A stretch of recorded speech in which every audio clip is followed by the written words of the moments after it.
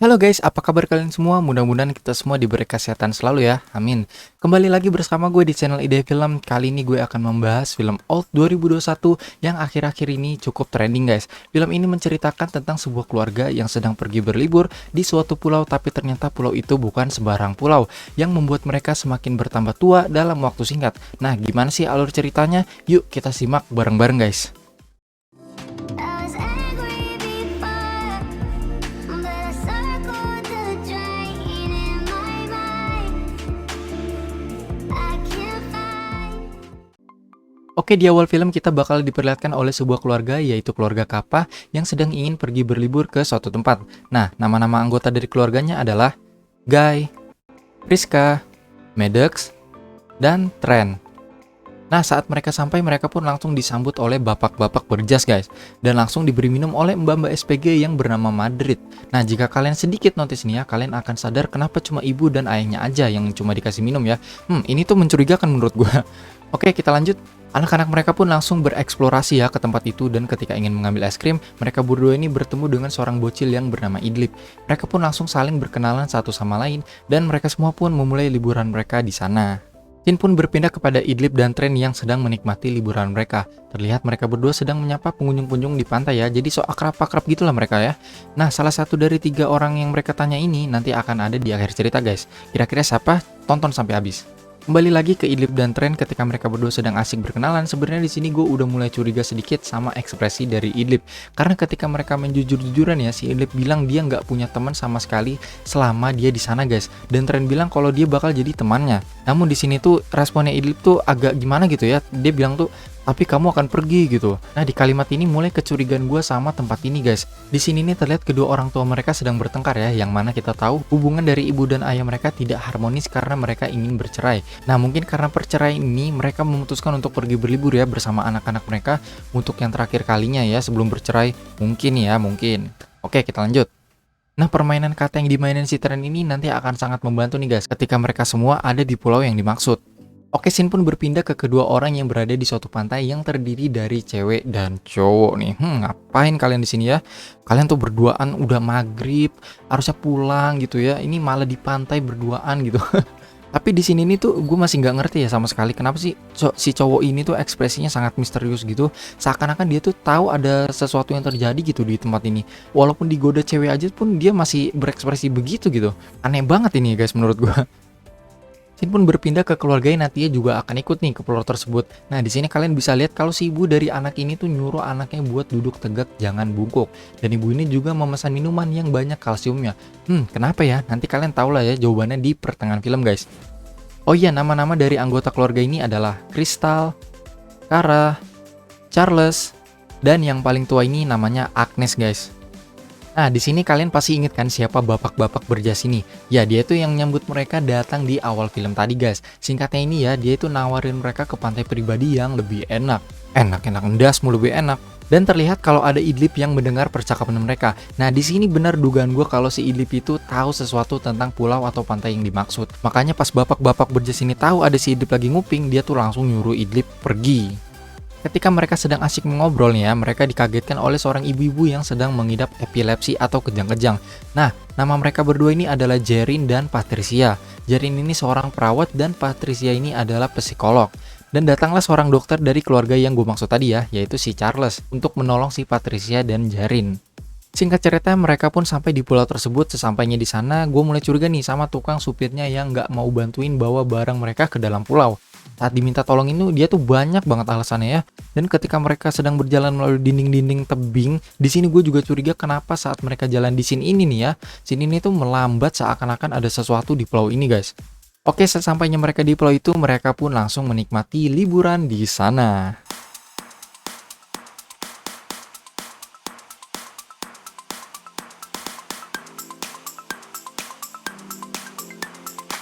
Si Maddox pun notice bahwa ada seorang yang duduk di sana ya, dan di sini kita tahu kalau orang yang tadi itu bernama Midnight Sedan. Dan dia adalah seorang rapper, dan entah mengapa dia ini masih duduk di sana selama berjam-jam ya. Sejak scene yang tadi dia sama cewek itu, tanyanya adalah kemana nih si cewek yang tadi? Kenapa nggak balik-balik gitu?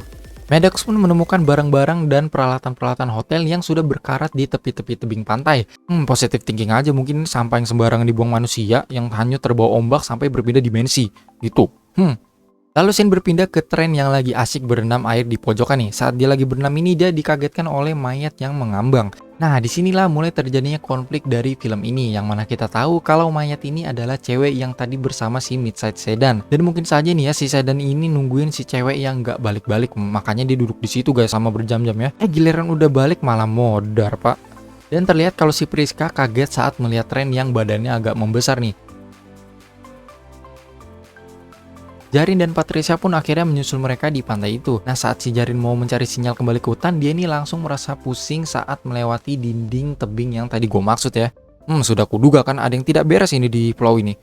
Lalu si Jarin pun terbangun dari pingsannya. Lalu Shin pun kembali memanas saat mereka semua dilanda masalah yang aneh. Mulai dari ibunya Charles yang sesak napas dan akhirnya meninggal, dan anak-anak mereka yang semakin tumbuh membesar guys. Ketika Charles ingin mengejar Sedan yang ingin keluar dari pulau itu, mereka pun mengalami hal yang sama seperti Jarin, yaitu merasa sakit kepala saat melewati dinding-dinding tebing dan terbangun dari pingsan mereka di tengah pasir sama seperti yang dialamin sama si Jarin ini. Mereka di sini mulai panik dan kebingungan sama masalah yang sedang mereka alami. Si Charles pun mulai menyayat si Sedan dengan pisau. Notice jika luka dari sayatannya tersebut langsung menghilang seakan-akan seperti regenerasi yang sangat cepat nih. Dan ketika Priska kena tumor tuh langsung tumbuh dengan sangat cepat. Dan sama seperti Sedan, luka dari kulitnya ini langsung sembuh dengan sangat cepat. Sedan pun melihat mayat dari ceweknya, ketika dibuka ternyata mayat yang tadi masih utuh sekarang udah menjadi tulang doang. Si Jarin pun curiga ada masalah waktu di pulau ini. Seakan-akan di pulau ini tuh waktu berjalan sangat cepat. Nah, di sinilah dijelaskan kalau 1 jam di pulau itu sama dengan 2 tahun lamanya guys. Dan jika mereka ada di sana selama sehari, itu sama aja kayak mereka hidup 50 tahun lamanya guys. Nah, itulah kenapa Agnes nenek-nenek tadi, luka Sedan dan Priska, dan mayat ceweknya Sedan sangat cepat sembuh dan membusuk.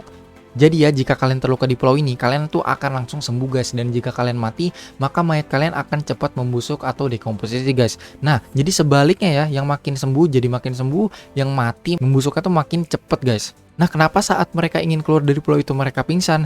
Karena menurut si Jarin ya, sama seperti kita naik ke permukaan laut terlalu cepat dari lautan dalam. Nih, kalian paham nggak di sini nih? Jadi maksudnya gini guys. Jadi maksudnya si Jarin ini adalah mereka sama saja bakalan terkena dekompresi. Kalian tahu dekompresi? Kalau nggak tahu kalian bisa di Google ya. Karena tubuh mereka ini nggak akan sanggup buat sampai ke permukaan karena berenangnya terlalu cepat ke permukaan. Itulah kenapa saat mereka berenang ke permukaan, jadi mereka kena penyakit dekompresi guys. Itulah kenapa mereka pingsan saat mau keluar dari pulau itu sama saja mereka terkena dekompresi guys.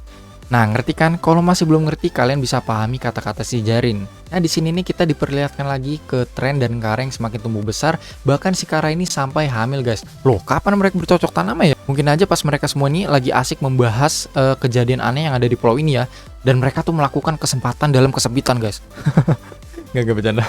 Sayangnya ketika proses melahirkan ya, bayinya tuh nggak selamat guys, karena lagi-lagi masalah waktu di tempat ini. Dan bisa dilihat si Charles ini makin lama makin menjadi karena penyakit gangguan jiwa yang ia derita.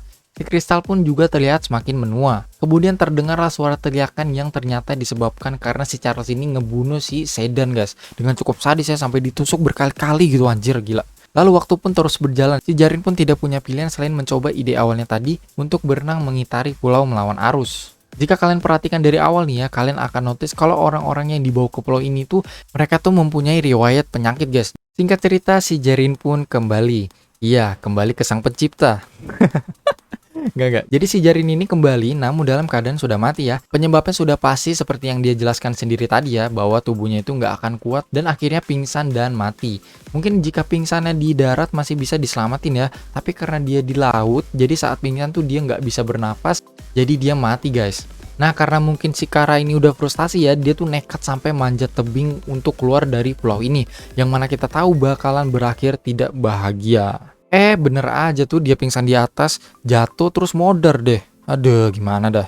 Penyakit Patricia pun juga mulai kambuh lagi, dan dia akhirnya pun mati juga. Satu persatu dari mereka ini mulai mengalami penuaan lagi. Mulai dari penglihatan si Guy yang mulai menghilang, dan Kristal yang punggungnya mulai memungkuk. Nah, di sini kalian tahu ya, kalian tuh masih inget nggak scene awal-awal yang tadi, yang dimana dia tuh nyuruh anaknya buat nggak bungkuk saat duduk dan memesan jus kalsium. Nah, itu semua tuh karena dia ingin anaknya agar nggak punya penyakit kayak dia, guys. Jadi si Kristal ini ceritanya dia tuh mempunyai sebuah penyakit tulang. Nah, makanya tuh dia nyuruh anaknya biar nggak bungkuk, guys. Nah, terjawab ya nih, satu persatu nih mulai terjawab nih. Lanjut, scene berpindah ke Maddox dan Tren yang mau cari bahan buat bikin api unggun.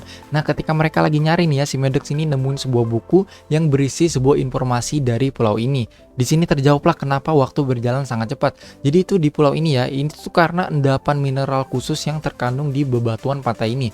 Jadi bebatuan di pantai ini tuh sebenarnya sudah jutaan tahun di bawah laut dan mungkin naik ke darat karena pergeseran lempeng bumi, guys. Ini menurut gue ya, kalau misalkan bebatuan ini naik ke darat itu mungkin karena pergeseran lempeng bumi. Karena selama berjuta-juta tahun itu banyak banget pasti perubahan yang terjadi di bumi ya guys ya. Lalu di sini diperlihatkan bahwa penyakit si Charles ini semakin memburuk dan akhirnya dia pun menyerang si Guy dengan pisau.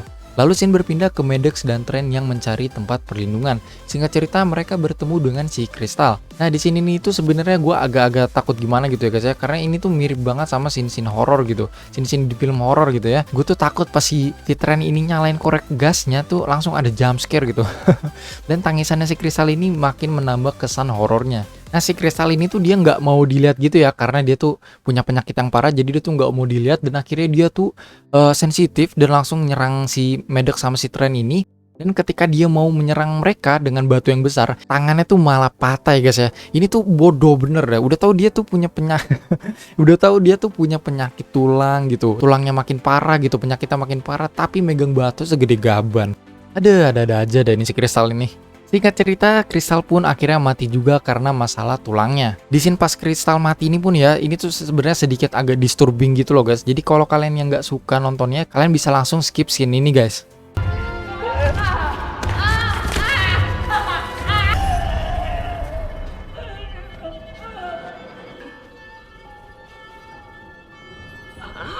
Singkat cerita, si Charles ini berhasil dikalahkan oleh istrinya Guy, Priska, dengan menggunakan pisau karat yang ditemukan Maddox di awal mereka sampai di pulau ini. Karena karatnya ini seperti racun yang masuk ke dalam aliran darahnya Charles, makanya di sini Charles mati. Loh, kenapa dia nggak sembuh seperti Sedan yang diserang Charles tadi?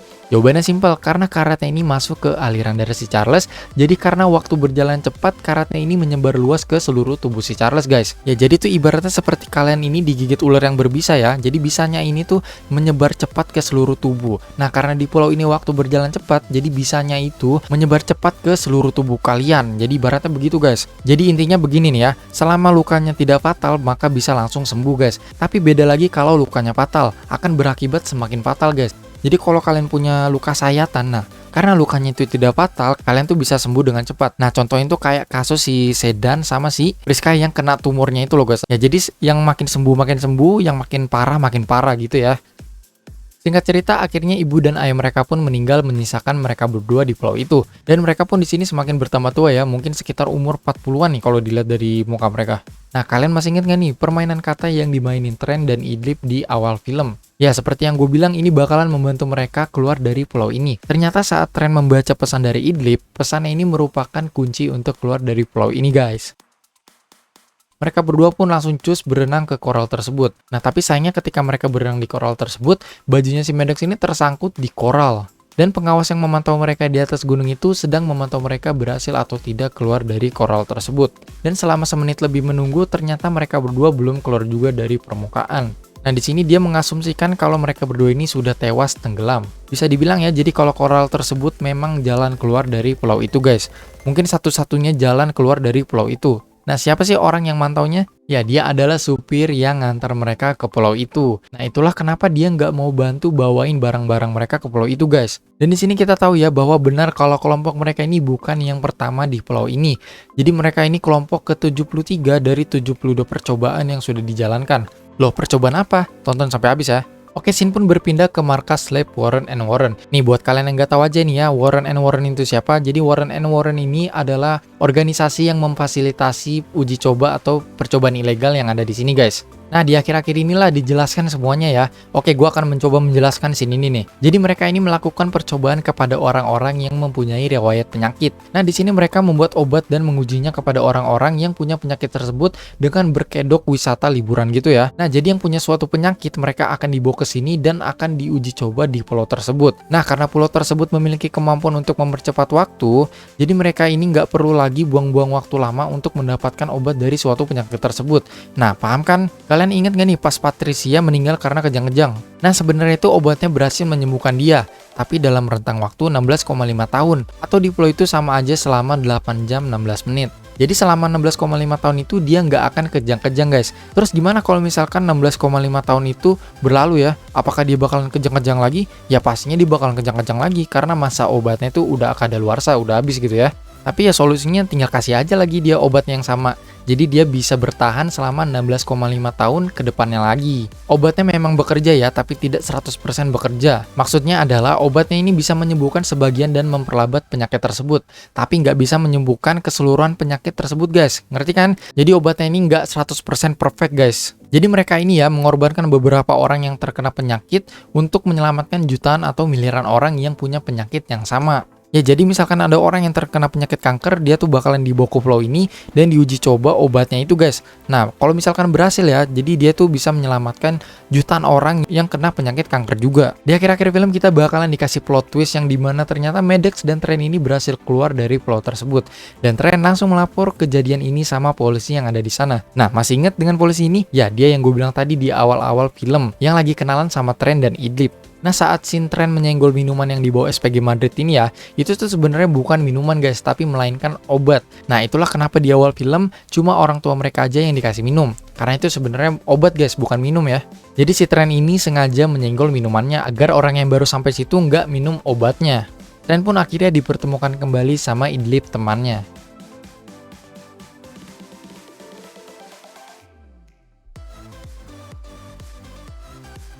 Di scene akhirnya mereka yang terlibat dalam percobaan ilegal pun ditangkap semua dan Warren and Warren juga akan diadili di pengadilan. Mereka berdua akhirnya dikembalikan ke bibi mereka dan film pun berakhir.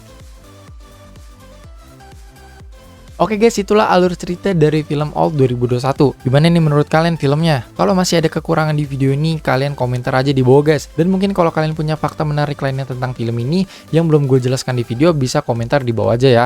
Oke, sekian dari gue. Jika banyak kekurangan, mohon maaf sebesar-besarnya. Terima kasih buat yang udah nonton sampai habis, dan see you in the next video. Bye-bye.